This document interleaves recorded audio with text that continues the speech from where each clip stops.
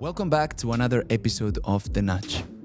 I am your host, Diego Carrete, and I've spent my life helping people live better. On the show, our guest stories will inspire you to move, eat, sleep, and think better, meeting you where you are in your wellness journey. Now, be sure to click that subscribe button so when a new episode goes live, you'll be the first one to know. Olivier, welcome to The Nudge. Thanks for having me. You're very welcome. For today, we have Olivier. He's a good friend of mine, the author of the Posture Manual.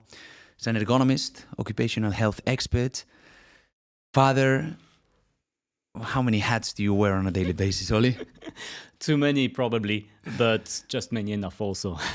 Fair enough. You need to be a balanced guy, It's not just about your work. Your work has to be a passion, but you have to have some private aspects to your life also. And in that, my son is a great support and a great relief at the same time. By the way, I saw today you were showing us videos of your son and how you correctly put him into the chairs. And there are two reasons for this. The number one reason is that I want him to grow healthy posture habits. And children tend to do well until the age of 2, 3, and then under the influence of their environment and of their parents and other adults, plus some other things such as growing too fast compared to the muscle mass, their posture will start deviating and getting off track. And I want to avoid him this as much as I can. That's point number one. Point number two is it's very important, time flies. And when he's 18, I will not remember how precisely I was holding him when he was 6 months, 12 months, 18 months. So I have mandated a videographer to record him and me every 6 months since he's born so that I can show people how you deal with a baby of this age, that age, that age. The ultimate goal being, that will be my present to the start of his career maybe, that we write a book together on how do we teach posture to our children and how do we deal with our children. But as his image will be in the book, that is a book that we have to co-author. I'm not going to write something with his pictures inside without his formal authorization. So that's a book for when he's 18 plus. wow, so 15 years from now. Yeah, correct. And tell us, because some of us, or I know because I've been working with you and actually being your friend for some years. So what is it to be how do you consider yourself? An ergonomist, a posture expert, an occupational health specialist? It's a very good question in the sense that, people tend to put you in a box. And when you're a ergonomist, then it's difficult for your clients to imagine that you can also accompany them at a strategic level. Whilst actually I have built my own business on the idea that I'll do three things. That I will prevent musculoskeletal disorders, back pain, neck pain, shoulder pain, etc., at 3 levels. At micro level, individual behaviors, and that's my hat as a posture therapist. But also at meso level, working conditions, that's my hat as an ergonomist. And I will help companies implement this prevention at the core of their strategy. And that's why I had an MBA, and that's my hat as an entrepreneur and as a boss. And, therefore, I need to do the 3 things for the concept to be complete. And to do these 3 things, I need to not be in one box. I need to be in 3 boxes depending on the context. So how I see myself is as a schizophrenic guy, a guy who doesn't know who he is anymore. Well, you made it pretty clear to me, and it's interesting how you divide your role depending on how many, the volume of work or the strategy that you follow at each point in time. What brought you here? Because you were an engineer before. Then walk us through that transition, because it's quite genuine. It's a funny story that says a lot about my personality. When I was doing my engineering studies, the second half of my studies were in Germany. And when you study in Germany, you choose what you want to study and you create packages that will form your diploma. And I didn't know what to choose, and I ended up on ergonomics, and that was somehow health related. It's helping people work better, be more comfortable. And I come somehow from a health background because my father is a medical doctor, so the health things, although I'm an engineer, have been in my background for forever somehow. And that was point one. And point two is when I went to the admin saying, I'd like to do a maximum package with ergonomics. They told me, you're crazy. The teacher in ergonomics, the professor, he hates French people. He's going to sack you. You're going to have a bad time. You're not going to have your diploma. And I said, yeah, you bet. and And there we so are. I took ergonomics Wow. as a challenge. And I ended up being among the three best ones in ergonomics at university level. And that's how I discovered this as a passion. And then I moved to the Netherlands and started to practice ergonomics. But what I realized is that, when people call you, they call you as a firefighter. They call you because they have a health issue. And as an engineer, I had no clue about health issues. I could neither diagnose them nor relate a back pain to some kind of physiological background that would help me improve the working environment. So I was missing something. And that is why, one of the reasons why I had these paramedical studies, plus coaching, plus all that, that gave me the second hat. And then after another 10 years or something, I moved to Switzerland and I became the head of consulting at the University Institute for Occupational Health. And there my mandate was, of course, to earn money for the University Institute, but I also had a political mandate, which was to bring occupational health to the agenda of the boards. Yeah, make it a strategic priority for Swiss companies. And to do that, I needed to be able to speak to a board, to speak to an administrative council, to speak the same language as them. And this is how I did my MBA, with that goal in mind, with that goal to, reconnect occupational health, i.e. the health of the employees, to the strategic agenda of the companies. And that's how progressively the three levels developed, from meso to micro to macro, actually, in the reverse order. And when I decided to quit and start my own company, I thought, well, these three, they belong to each other. They should form one package. And that one package has a common denominator, which is the prevention and the treatment of musculoskeletal disorders. So I never sell ergonomics. To be honest, I don't care about ergonomics. For me, it's just a tool. I care about helping people feel better, both for them and for their employer. My mission is to help creating a world in which people suffer less. And for that, I have different tools, posture tools, ergonomic tools, strategic tools, etc. And the mission is the prevention and management of musculoskeletal pain at global level. No, that's very clear. And actually, you're defining your work or position or role based on the outcome that you provide. And that's something that rarely you see nowadays. And in this case, you make people pain-free. And depending on the context, you can label me as X, Y, Z, right? Exactly. And if you think, that's what Simon Sinek says when he says, start with why. You start with the why. The why is, I don't like you to be in pain. It's bad for you, it's bad for your family, and it's bad for your employer. So actually, I'm everybody's friend, because everybody has an interest in you being healthy. You have an interest in being healthy. Your employer has an interest in being healthy. So I only have friends and people who don't care about working with me, but they are not my enemies. Yeah, no, totally. And by the way, I neglected mobility, flexibility, awareness when it comes to my posture for years until, almost a decade ago, like 5-7 years that I started taking it seriously. What is an advice that you would give to yourself when you were not as aware or knowledgeable about your own posture and, things at that biomechanical level? I had a bit of a particular history in terms of posture because I told you one of the reasons why I did paramedical studies was the fact that ergonomics wasn't enough. But there was another reason, which is that I got attacked on the street and I was choked to the blackout. I could not hear anything, I could not see anything anymore. And when you're choked, well, you have a compression of the airways by definition. That compression of the airways led to what's actually clinically called thoracic outlet syndrome, meaning in the front of my neck here, the pressure on the tissues was such that a few weeks after the attack, suddenly I could not move my arms anymore. My whole upper body was messed up. So I had to treat myself. And, somehow it took me a very, very, very long time to accept that the body needs some kind of constant attention, so to say, but without being maniac about it.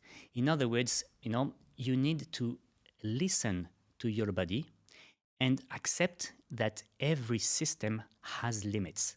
Musculoskeletal disorders are what I call cumulative issues, i.e., it's the glass that overflows. There would not be any overflow by definition if there would not be an upper border, a limit. And that idea, concept of a limit, is something that I had a lot of difficulties to integrate. Is that at some point, your body tells you, you have reached the limit, my friend. Take it easy. Pursuing in the same direction is not going to push the limit upwards, it's just making the glass overflow. So accepting the limit is a philosophical issue that I had a lot of difficulties dealing with when I was younger. That's point one. And point two, maybe even more difficult, was accepting that, when you have a mechanical problem with your car, you drive it to the garage, they change a few spare parts, and the car can restart again. Directly, no problem. With your body, it's a different thing. With your body, when you have a problem, you start correcting the problem, and you will enjoy the benefits of it only later. I.e., there's a delay between the moment you start doing well and the moment you start feeling well. And that transition period is very difficult because I'm super not patient, And in that transition phase, instead of focusing on the process, do what you have to do, we all tend to focus on the results. I still have pain, I still this, I still that. So one thing that I would have taught to myself, and which I'm trying to apply better now, is focus on the process. Do what you have to do. The results will follow. In 2 days, in 3 days, in a week, I don't know. But, focus, define a good strategy that based on your diagnosis will help you get better. And until you're better, forget about the health indicators. Just focus on the process indicators. Do what you have to do, no matter the result today. Well, that's a good lesson. Yeah, definitely, because we are nowadays very much focused on the short-term instant gratification, dopamine injections with in any area actually. So that's good advice. And I've a lot of things I've learned this morning with you, because for anyone watching or hearing us, or anyone listening, this morning Olivier was in 6 Ed Road in the project that we have going on with Fab, coaching ambassadors, posture ambassadors, trying to transmit the skills, or at least sufficient so they can help others in the workplace. And I would like you to walk us through, because this was an idea that came from you, actually, and you told me, Diego, why don't we do this? Walk us through that. It's an idea that I imported from my experience at the European Patent Office in the Netherlands, which was my first employer for 10 years, 23 to 2013. And basically, the underlying idea is that, your body needs you to be reactive. To act fast. Whenever there's a problem, if you let the problem settle, the pain is going to take an exponential pathway, and it's going to blow into your face. So somehow your body requires you to take quick action whenever it starts screaming. And there you see two issues. Number one, we're here in the UAE, but I live in Switzerland. How fast can I be when it takes 6 hours by plane to be here? Yeah? And point two, I have dozens of thousands of clients. I have 200 plus companies that are my clients. And look, Fab is 6,000 employees, and I have other ones which are even bigger.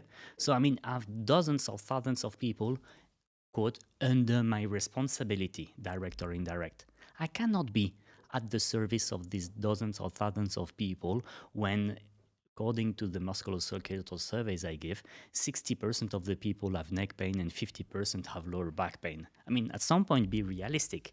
So my job is not to assist them directly. My job is to give them the tools to help themselves and to give their colleagues the tools to be first aiders.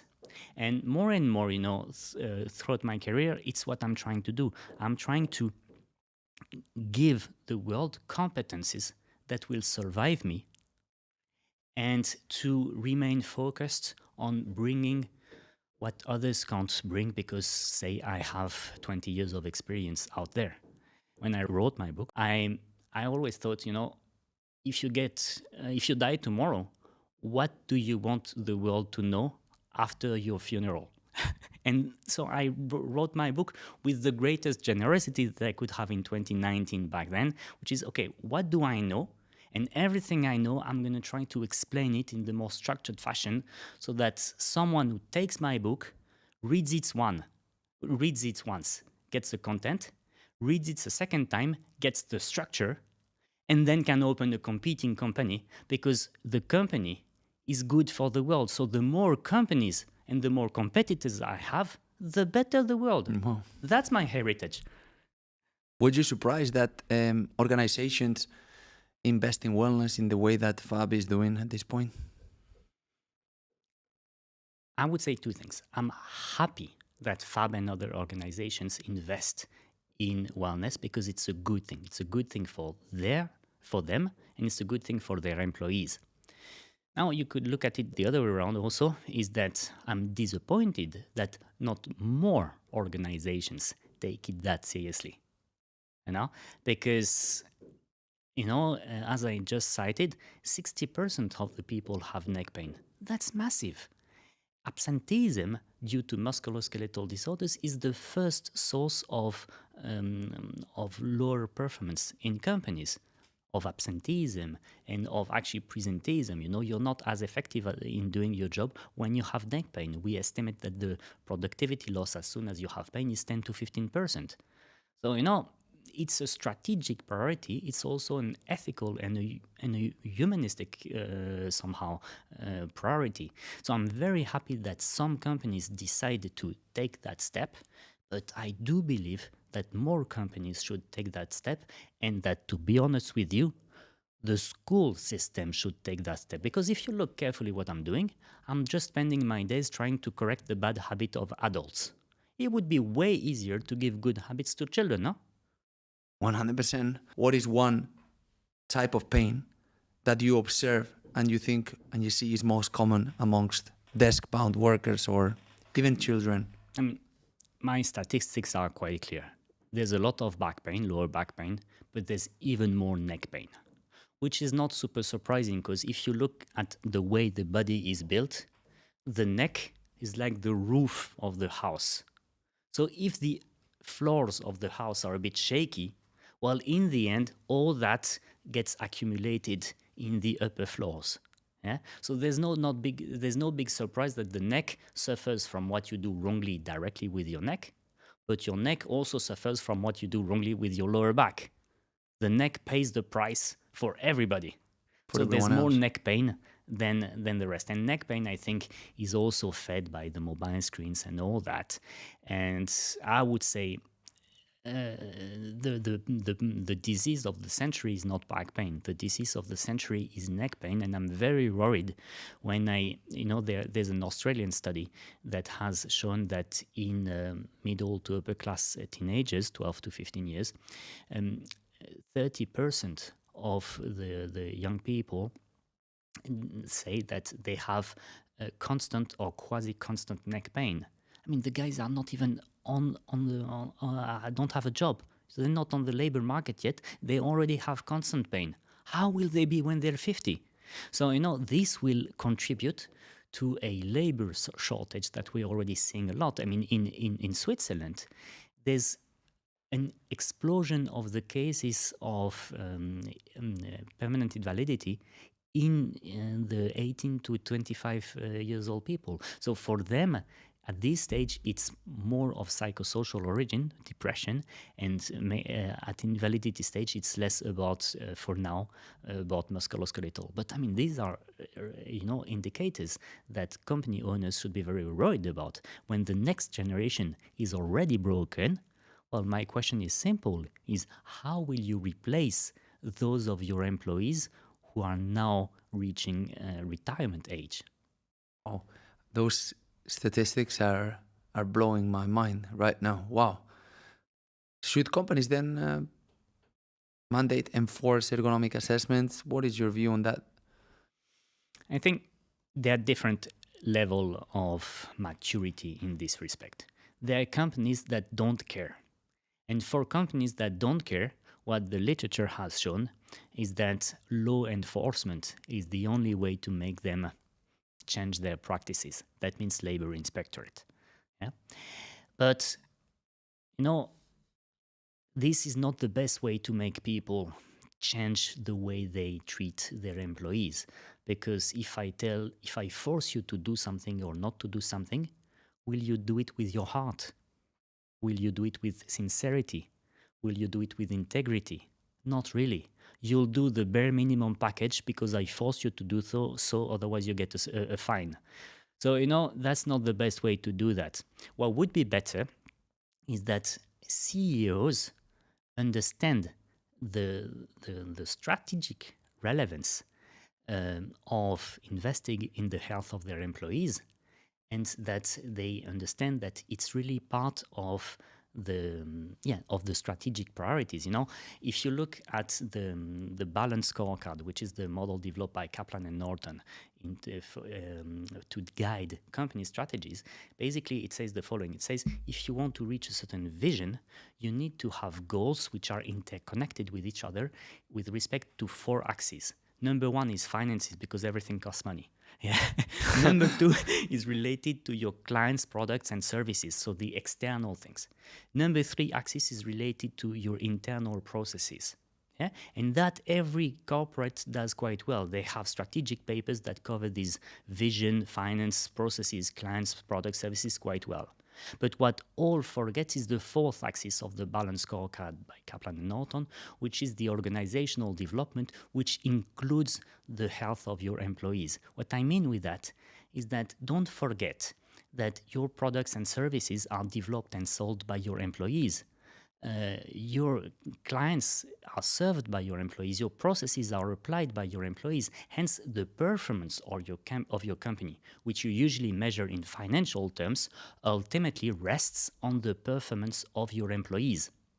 And what occupational health and wellness brings to employer is this idea that the performance of your employees, which is a predictor of the performance of your company, the performance of your employees rests on your performance towards your employees. If you're a great employer, your employees will perform greatly. If you mistreat your employees, if you disrespect them, if you don't pay them well, if you don't, treat them as you would treat your mother, your sister, your grandmother, or your son, they will not be committed to you when tough time comes. Exactly. And why, knowing all this, you think companies don't realize yet and don't yet do it? Is because they don't know? Or what do you think is... I think there are maybe 3 reasons. The number 1 reason, in no specific order in what I'm saying, number 1 is we see a lot of things that are declared at board level, but which don't cascade down the organization. And often we see that middle line managers are a bit, the weak spot in organization. But it's not necessarily the fault of middle managers. Middle managers are usually recruited based on their great expertise. That doesn't mean that they're good leaders. So a lot of the promotions lead to losing a good expert and earning a bad manager. Plus, they are not trained on their new responsibilities with respect to their colleagues. And furthermore, they are not evaluated on their achievements with respect to their colleagues. So when you don't select people, you don't train them, and you don't evaluate them on how they treat their colleagues, why should it be a priority for them? Yeah. So that's point number one, is the disconnect between what's happening at board level and the reality on the field. Point number two is the way our brains are wired. And that's well explained by Daniel Kahneman, in the thinking versus fast thinking. You know that you shouldn't smoke. I know you don't smoke. But if you would be a smoker, you intellectually know that you shouldn't smoke. But the pleasure of this cigarette makes you forget the long-term consequences of smoking. And I could do the same with alcohol, and I could do the same with the rest. This beer is not going to kill me. What's going to kill me is to drink all my life. Yeah, but one beer after the other, actually, you've been drinking all your life. Yeah. And we're well wired for short-term decisions, but much less wired for long-term decisions. And as I was telling you yesterday for dinner, this is the principle underlying all the new payment methods. They make the process pain-free, so easy that the act of paying is absolutely pain-free and automatic, and the invoice comes later. Or not seeing the money as well, right? Yeah, exactly. I mean, to me, you when make you have the to pain count, invisible. Yeah. Once, if you would have cash, Yeah. a pile of cash, you would give you cash, and you would see the pile reduce in thickness. one by one in $1 bills Exactly. for half an hour. So this is my second argument. My second argument is, say, companies are not, the companies are nothing but some kind of, intellectual dream. A company is a group of people with a given mission. End of the story. So a company thinks like the people who are in it. Therefore, a company also is wired for short-term thinking, not long-term thinking. This is the second one. You go into the third one before you go there, because you will not forget, but I will forget this. You are just stating two principles of, rest in peace, Bob Proctor. One is the fact that companies are nothing but a group of people with a common mission. That's number one. And second one, what you've defined is known as the knowing-doing gap. And it's accumulation of non-productive actions piled together. So he has several exercises that I've been through. I've been coached by a student of Bob Proctor himself. And he used to tell us how to break down these NPAs, non-productive actions, and these PAs, and then just switch them. Because we suffer from this knowing-doing gap. We know something is not right, yet we keep doing. So yeah, I didn't know about the knowing-doing gap. What I knew, and it's, I think, quite connected, is the strategy execution gap. We have great ideas, but when it comes to implementing them, we fail to take the individual steps that lead to the greater goal. But you know what? You are an entrepreneur as well. You know that I love the creative part of the job. I love, coming up with content ideas and plans and how can we do X, Y, Z. But the implementation sometimes is boring, right? Correct. Really, it is. And is the boring what gets results? So yeah, it doesn't surprise me that at an execution level, even when you're an entrepreneur, there are things you don't like to do, I mean, being an entrepreneur is not having less trouble or having a more fun job. It's just having more freedom, possibly, more meaning. But I mean, I also have to pay invoices. I also have to have someone doing the accounting. I also have to handle clients who, me off, Yeah. etc., etc. We all have to do things that we don't find super great. So clearly, yeah, that's part of the game. Third reason, Olivier, did I make you forget that? The third reason is I'd like to compare it with taking a picture, a photography.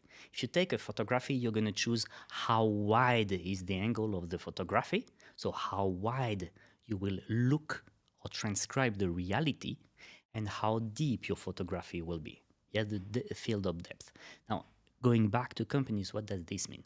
It means that to understand the reduced performance, you need to look at all the parameters of your performance. It's very easy to see the how much I cost Fab. You just look at the invoice, you make the sum, and you're gonna know how ergonomics cost to Fab.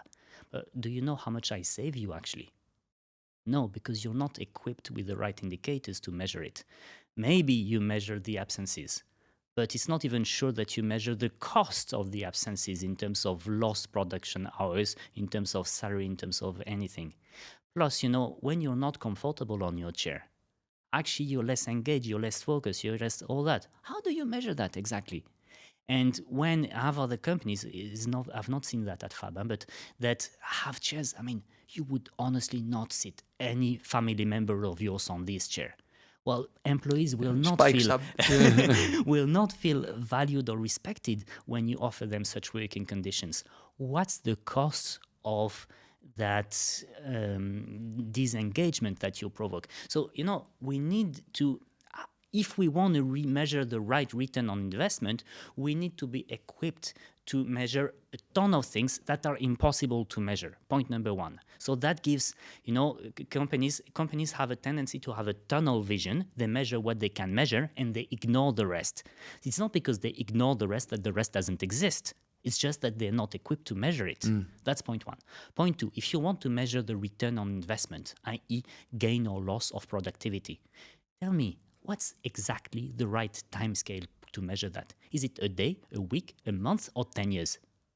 According to Simon Sinek, which you've mentioned, is the infinite game is probably in a decade or two, to be honest. Correct, but your budget goes on an annual basis.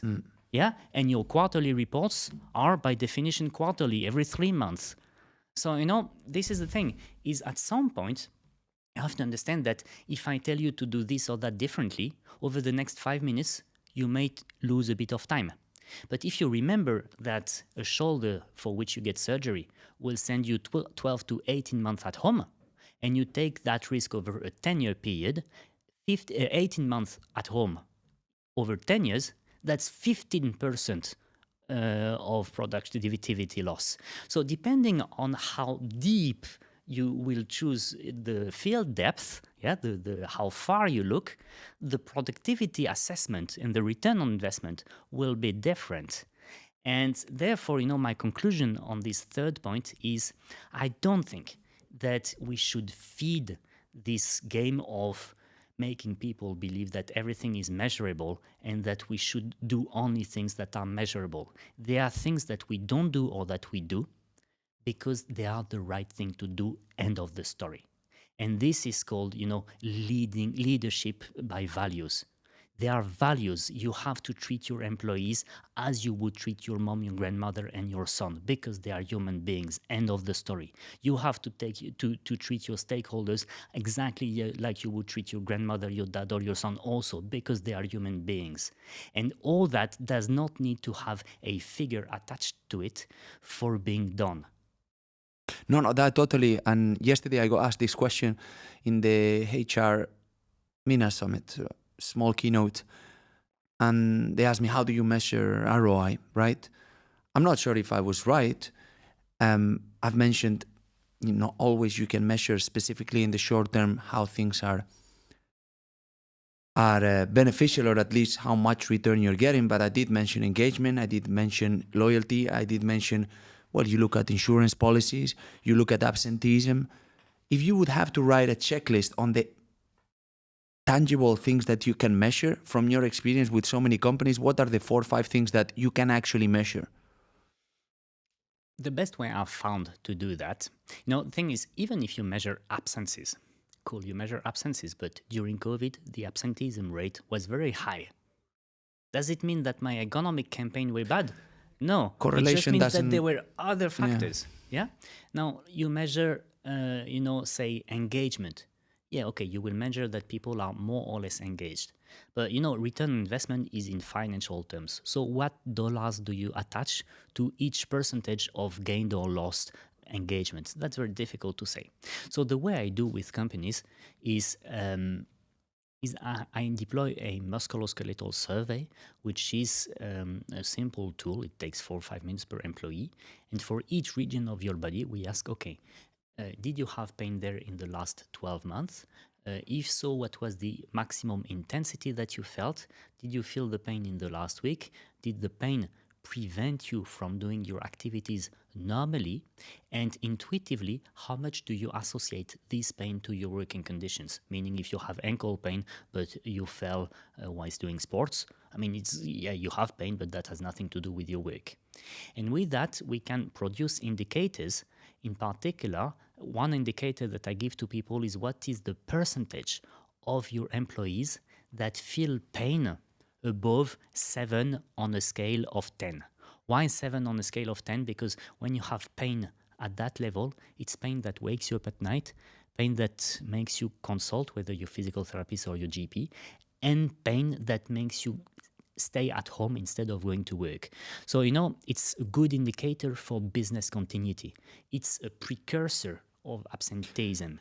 And that one, I have proven time and time again that when I intervene in companies in a bit of a regular basis, we manage to get that indicator down, meaning that business continuity is not guaranteed, but it's less and less determined by the issue of musculoskeletal disorders. Is what we actually, when we started working together, we started with a more overarching intervention, different surveys, one at a senior level, the other one bank-wide, one we benchmark with World Health Organization, the WHO 5 index, and the other one was based on the 5 pillars.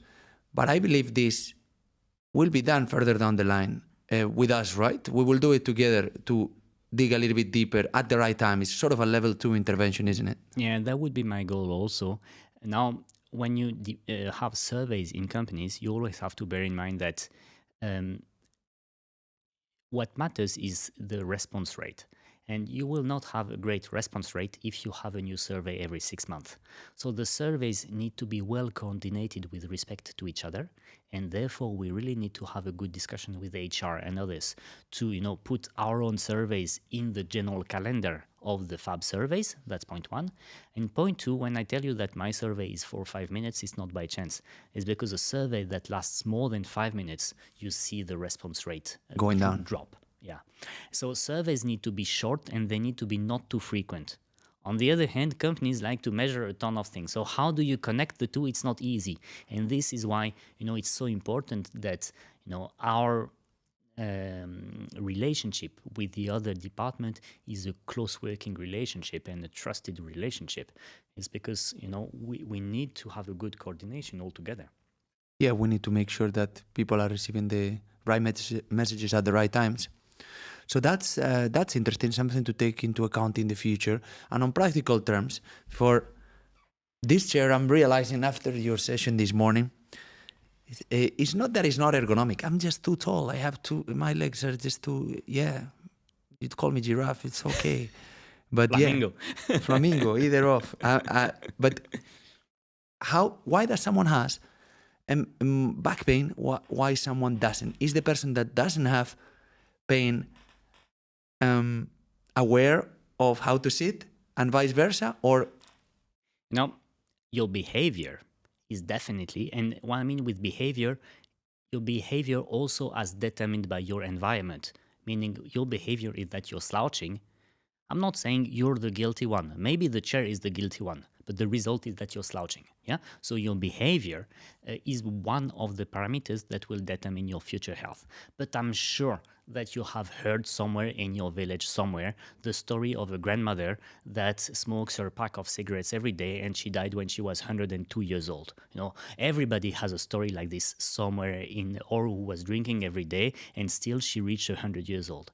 So, despite bad behavior, some people have a bigger longevity or more resistance than others. So that's why, behavior and all that, in positive and negative terms, is a determinant of longevity or health, but it's just a determinant, meaning that we're talking about risk management. I don't know if, despite the fact that you're slouching, you will ever have back pain. Maybe not. Because you have great disc, great body, great whatever. I can just tell you that if I teach you how to use your body well, the risk of you developing pain will be lower. That's the only guarantee I can give you. But there's no Diego A, Diego B, on which I could have, a scientific study. I put them in the same conditions, one behaving wrongly, one behaving rightly, and seeing which one of the two goes better. Each situation is individually different. So when we try to empower people to behave better with their body, The logic behind is risk reduction, but I cannot guarantee any sort of outcome. I can just guarantee probabilities that you will never be able to fact check because there's no fact checking in this field. Fundamentally, I always say I give no guarantees because even if I teach you the right things, I cannot guarantee what you're doing with your time, right? So, but beyond that, I realized that over the years I got much better at managing pain. I touch wood, pain-free nowadays, because I started working on my thoracic mobility, hip mobility, releasing my pectoral muscles, the lats, hamstrings were very tight from sitting. What is a routine, a move, certain muscles that desk-bound workers like ourselves need to focus on a regular basis to reduce the probability of having back pain or any type of pain? Yeah. You see, what you mentioned are symptomatic corrections, means I sit a lot, therefore my hamstrings are tight.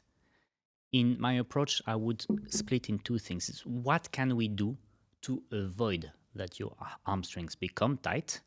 And once we have optimized that healthy behavior, how can we compensate for the unavoidable consequences of the fact that you sit more than what Mother Nature has foreseen?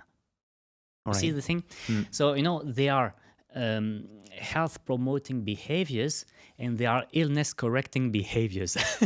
And in terms of health promoting, I would say bear in mind that you will see the titles everywhere that sitting is the new cancer, to which I answer, yeah, but standing is the old cholera, meaning that the excess of one is not better than the excess of the other. You need variation, but you don't need, to alternate between, sorry to say, but stupid postures. You need to alternate between healthy postures. That means you need to develop a working style in which, sometimes you're standing, sometimes you're sitting, sometimes you're walking. I was explaining this morning that, you can have a bilateral meeting with your colleagues on the street walking. I was having meetings with my colleagues in the forest. It doesn't prevent me from doing a good job to be in the forest. If we have something to discuss, we'll be more creative outside of an office environment.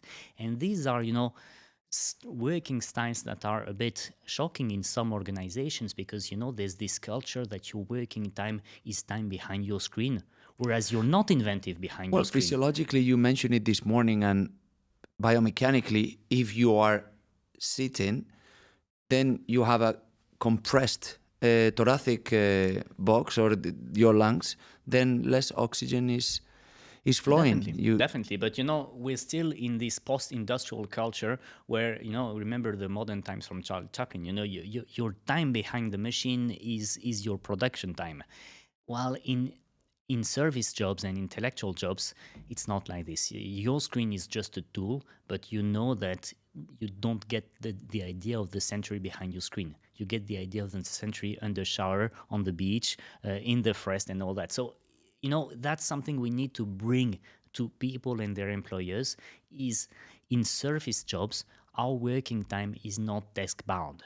So that's the number one thing I would do to say promote healthy behaviors is break this belief that I need to be on my chair and behind my screen to work. That's not correct. Yeah? Agreed. And then next to that, we need to indeed, as you mentioned very rightly, compensate the consequences of what we didn't manage to avoid.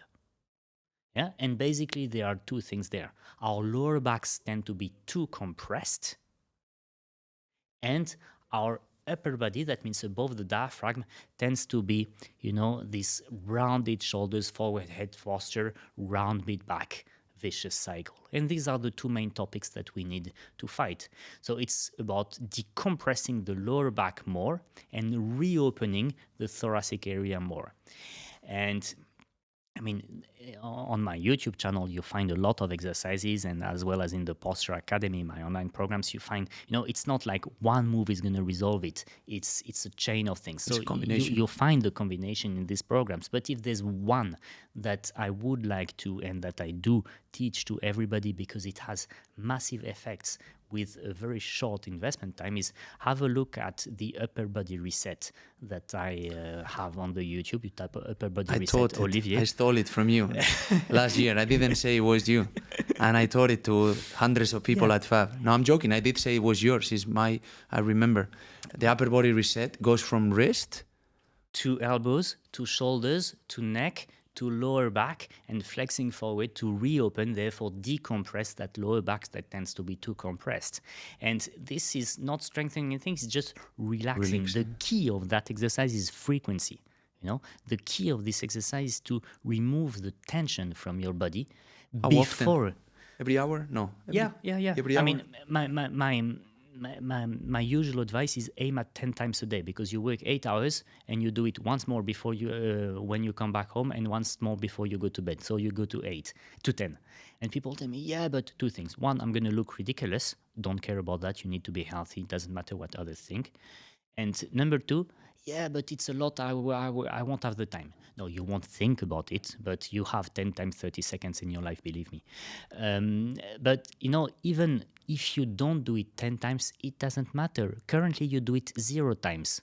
So if tomorrow you do it 5 times, it's already much better. And even if you do it 3 times, it's much better than 0. Yeah. So don't be a perfectionist. Get into the habit of doing something on a regular basis. And then you will focus on increasing the frequency when you start feeling the benefits of doing this something. Quickest ROI exercise, upper body reset.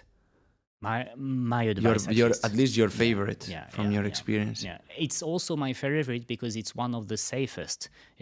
When I give this kind of advice, I don't know who is listening to us. I don't know their medical file. I don't know nothing. So, when I publish something on YouTube or in my book or somewhere else, I have to bear in mind that I should balance the risks of doing the exercise or doing the exercise wrongly with the benefits that you can expect. And if the benefits that you can expect are, small compared to the risk of doing the exercise with this or that pathology, then we have a problem. No, totally. Well, Oli, we're coming to the end. I have one last question.